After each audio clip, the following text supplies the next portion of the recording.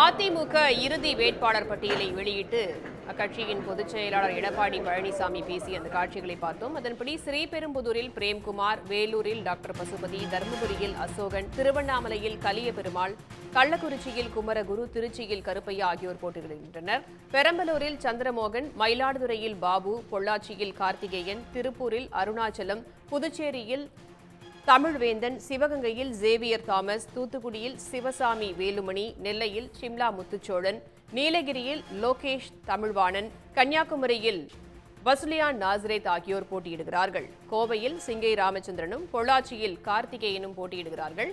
விளவங்கோடு சட்டமன்ற தொகுதி இடைத்தேர்தலுக்கான வேட்பாளராக ராணி அறிவிக்கப்பட்டிருக்கிறார்.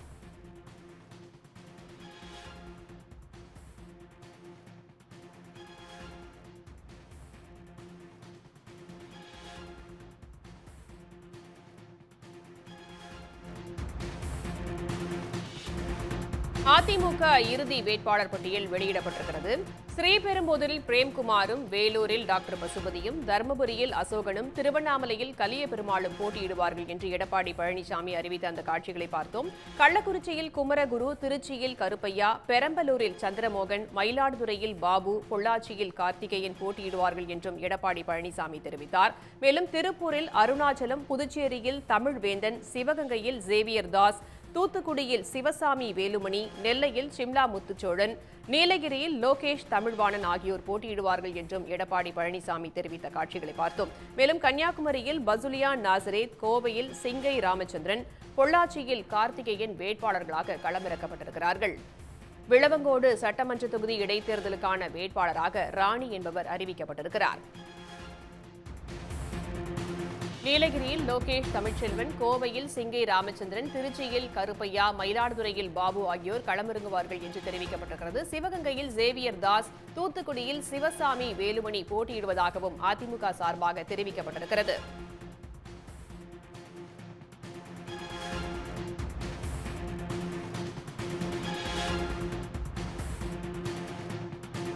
நெல்லையில் சிம்லா முத்துச்சோழன், கன்னியாகுமரியில் வசுலியான் நாசரேத், பொள்ளாச்சியில் கார்த்திகேயன், பெரம்பலூரில் சந்திரமோகன் போட்டியிடுவார்கள் என்றும், திருப்பூரில் அருணாச்சலம், புதுச்சேரியில் தமிழ்வேந்தன் களமிறங்குவார்கள் என்றும் அதிமுக சார்பாக தெரிவிக்கப்பட்டிருக்கிறது.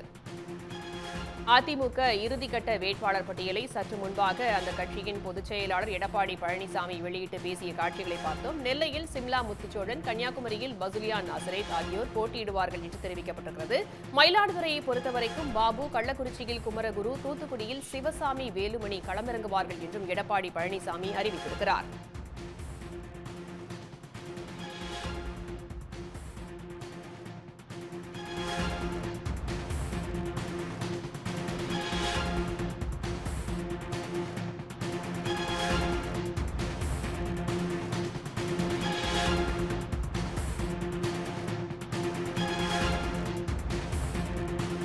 ஸ்ரீபெரும்புதூரில் பிரேம்குமார், வேலூரில் பசுபதி, தருமபுரியில் டாக்டர் அசோகன், திருவண்ணாமலையில் கலியபெருமாள் ஆகியோர் போட்டியிடுவார்கள் என்றும், கள்ளக்குறிச்சியில் குமரகுரு, திருப்பூரில் அருணாச்சலம் ஆகியோர் களமிறங்குவார்கள் என்றும் தெரிவிக்கப்பட்டிருக்கிறது.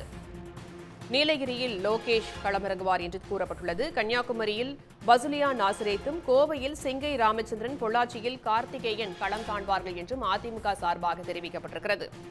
விளவங்கோடு சட்டமன்ற தொகுதி இடைத்தேர்தலுக்கான வேட்பாளராக ராணி என்பவர் அறிவிக்கப்பட்டிருக்கிறார்.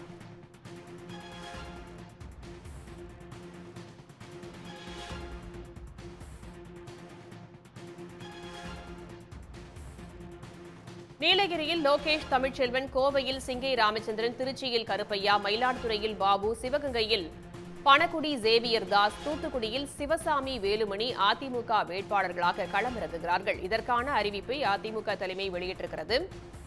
நெல்லையில் சிம்லா முத்துச்சோழன், கன்னியாகுமரியில் வசுலியான் நாசரேத், பொள்ளாச்சியில் கார்த்திகேயன், பெரம்பலூரில் சந்திரமோகன், திருப்பூரில் அருணாச்சலம் மற்றும் புதுச்சேரியில் தமிழ்வேந்தன் ஆகியோர் அதிமுக சார்பாக போட்டியிடுவார்கள் என்றும் அறிவிக்கப்பட்டுள்ளது.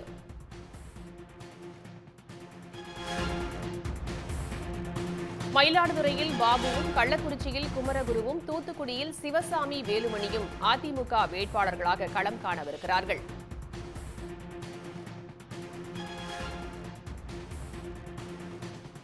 அதிமுக இறுதி வேட்பாளர் பட்டியல் சற்று முன்பாக வெளியிடப்பட்டிருக்கிறது. அந்த கட்சியின் பொதுச் செயலாளர் எடப்பாடி பழனிசாமி இதனை வெளியிட்டு பேசிய அந்த காட்சிகளை பார்த்தோம். அதிமுக வலிமையான கட்சி என்று அப்போது அவர் தெரிவித்திருந்தார். விளவங்கோடு சட்டமன்ற தொகுதி இடைத்தேர்தலுக்கான வேட்பாளராக ராணி என்பவரையும் எடப்பாடி பழனிசாமி அறிவித்திருக்கிறார்.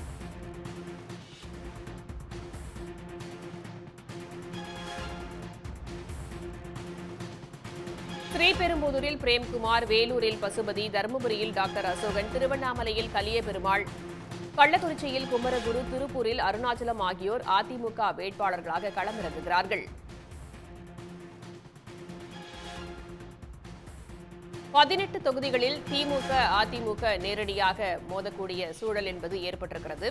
வரக்கூடிய மக்களவைத் தேர்தலில் கிட்டத்தட்ட 18 தொகுதிகளில் திமுக மற்றும் அதிமுக நேரடியாக மோதும் ஒரு சூழல் என்பது ஏற்பட்டிருக்கிறது. தூத்துக்குடியில் கனிமொழி கருணாநிதி திமுக சார்பிலும், தூத்துக்குடியில் அதிமுக சார்பாக சிவசாமி வேலுமணியும் களம் காண்கிறார்கள்.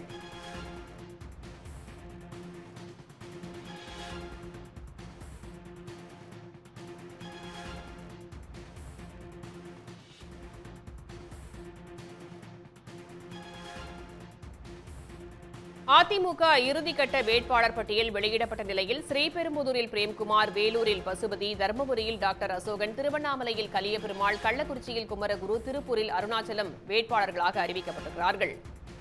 பெரம்பலூரில் சந்திரமோகன், மயிலாடுதுறையில் பாபு, பொள்ளாச்சியில் கார்த்திகேயன், திருப்பூரில் அருணாச்சலம், புதுச்சேரியில் தமிழ்வேந்தன் ஆகியோர் களம் காண்பார்கள் என்றும் அதிமுக அறிவித்திருக்கிறது.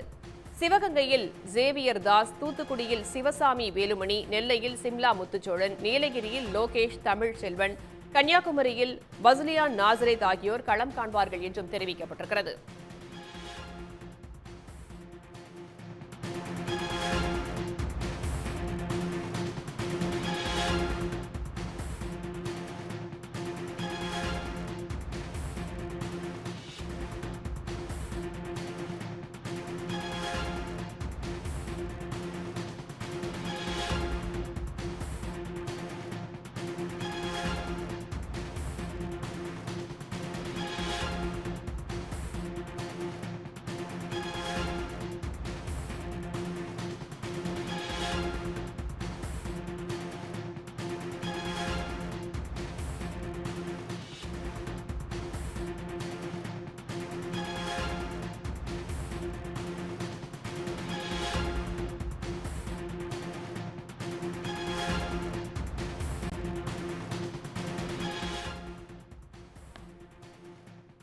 அதிமுக இறுதிக்கட்ட வேட்பாளர் பட்டியலை அந்த கட்சியின் பொதுச் செயலாளர் எடப்பாடி பழனிசாமி சற்று முன்னர் வெளியிட்டார். அதன்படி 18 தொகுதிகளில் திமுக, அதிமுக நேரடியாக மோத இருக்கிறது. தூத்துக்குடியில் கனிமொழியை எதிர்த்து அதிமுக சார்பாக சிவசாமி வேலுமணி நிறுத்தப்பட்டிருக்கிறார்.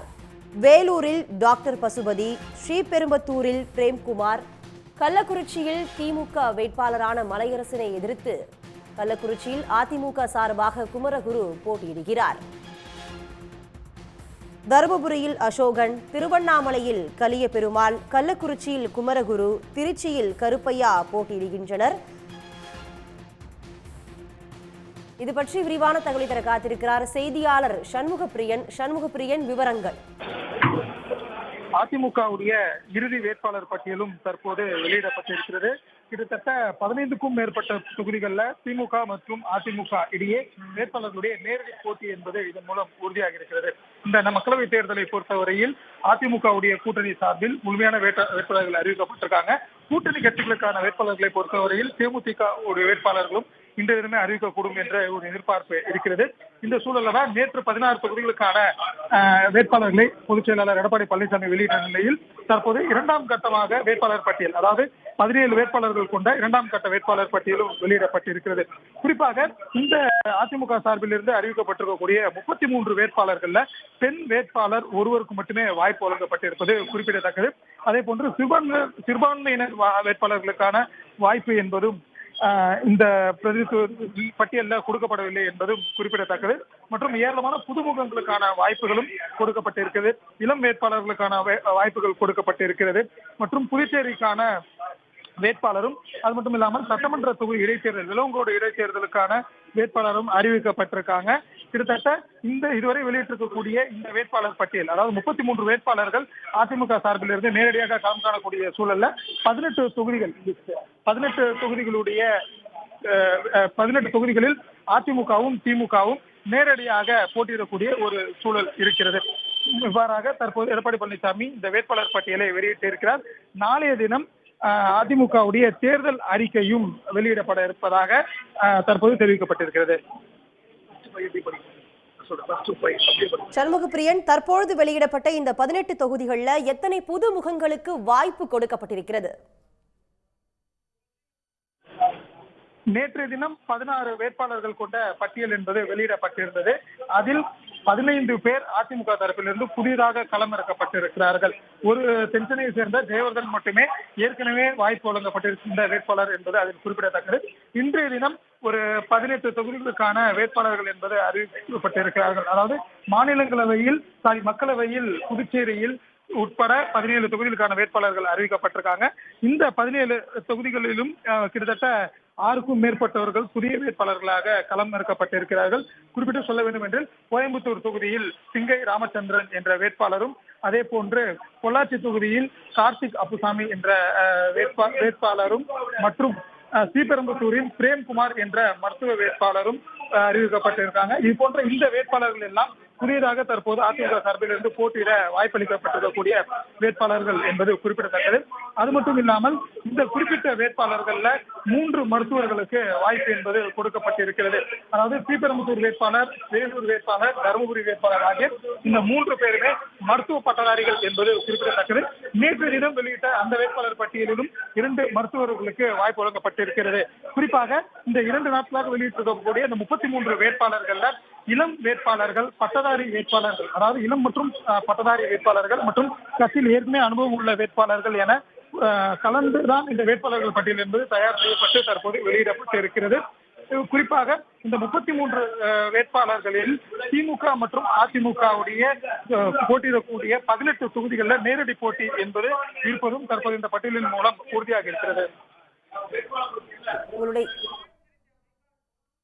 சண்முகப்பிரியன், உங்களுடைய தற்போதைய விவரங்களுக்கு நன்றி. உடனுக்குடன் செய்திகளை தெரிந்து கொள்ள சன் நியூஸ் பெல் ஐகானை கிளிக் பண்ணுங்க.